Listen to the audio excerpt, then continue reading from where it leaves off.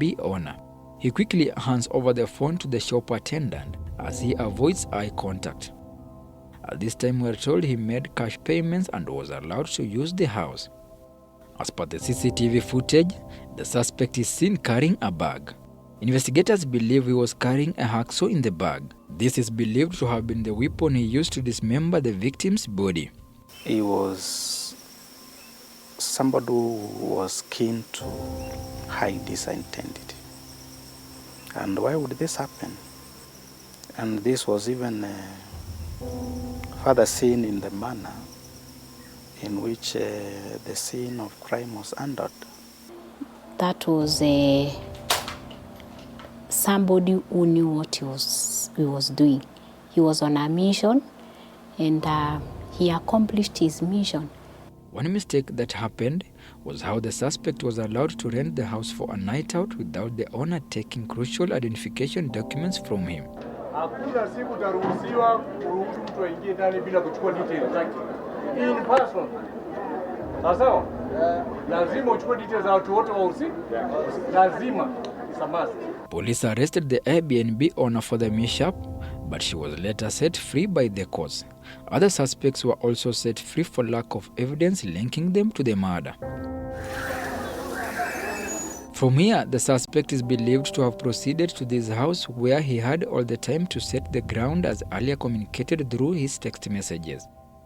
Half an hour past 6 p.m., he proceeded to TRM to pick Rita. On the night the two met, Rita blissfully recorded this small video unaware of the carnage that awaited her. Another costly mistake is how she failed to capture her to-be killer as she did this recording.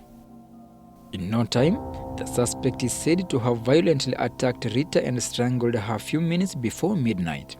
An autopsy report revealed Rita was strangled before her body was disfigured and her head chopped. The head had been chopped off on the neck at the level of C5 vertebra. There were bruising on the scalp, which to me looked like caused by a blunt object.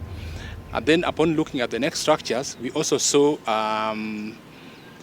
some fractures of bones, which are usually very important in homicide. So from all this, I can comfortably conclude that what caused the death of that young lady was strangulation, after which she was decapitated and the body dumped. Our daughter was so innocent.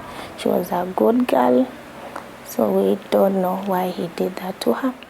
Police also believe before the suspect killed Rita, he forcefully obtained her mobile phone's passwords to allow him use Rita's mobile phone even after the cold-blood killing. Throughout the night, we never communicated. At 5:30 a.m., that is the time I received a message. The person who sent the message indicated that they were in custody of my daughter. The suspect used Rita's mobile phone to text her parent through her Airtel line seeking a ransom of 500,000 shillings.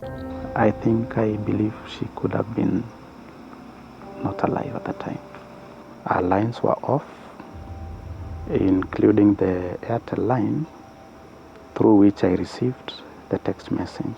The messages were sent to Rita's mother and father simultaneously at an interval of 10 minutes. This got them confused. Every other time I could receive these texts, the phone would still be off. So really, there was no contact, there was no communication at all.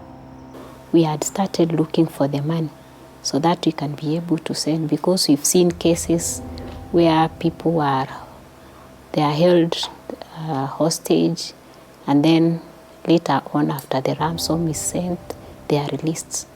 Little did we know that our daughter was dead.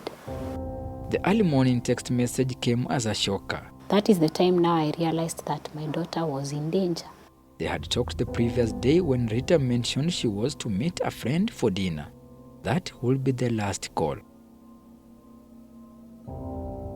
Rita's father on his side said they last conversed when Rita was going back to school in January, the same week she was killed.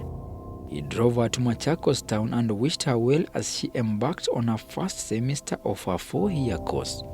She called me the following day and indicated that in a day or so, she would be visiting Juja, seeking a place to stay for the semester.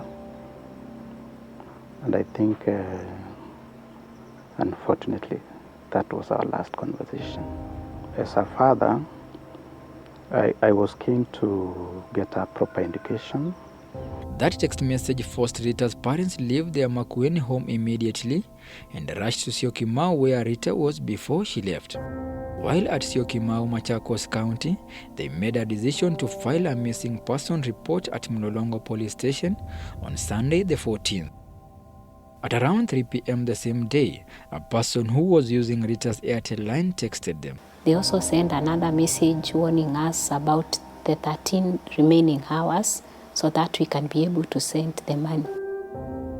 A little later, I also received another message from the same line indicating that time was running out. This was crucial for investigators. Police trailed the mobile phone signal to this building along River Road in Nairobi CBD. At around 10, 11 at night, we were at the city center. They were attempting to see if they could locate that phone. Unfortunately, after a futile search of about 2-3 hours, we didn't succeed, and so the police left and we left for home. As investigations heat up, clues became more baffling. News started reaching them of what had happened at Roysambu along TRM Drive in one of the short-stay apartments. Officers from Kasarani Police Station contacted the family and shared crucial details about an unfortunate incident that had happened within their jurisdiction.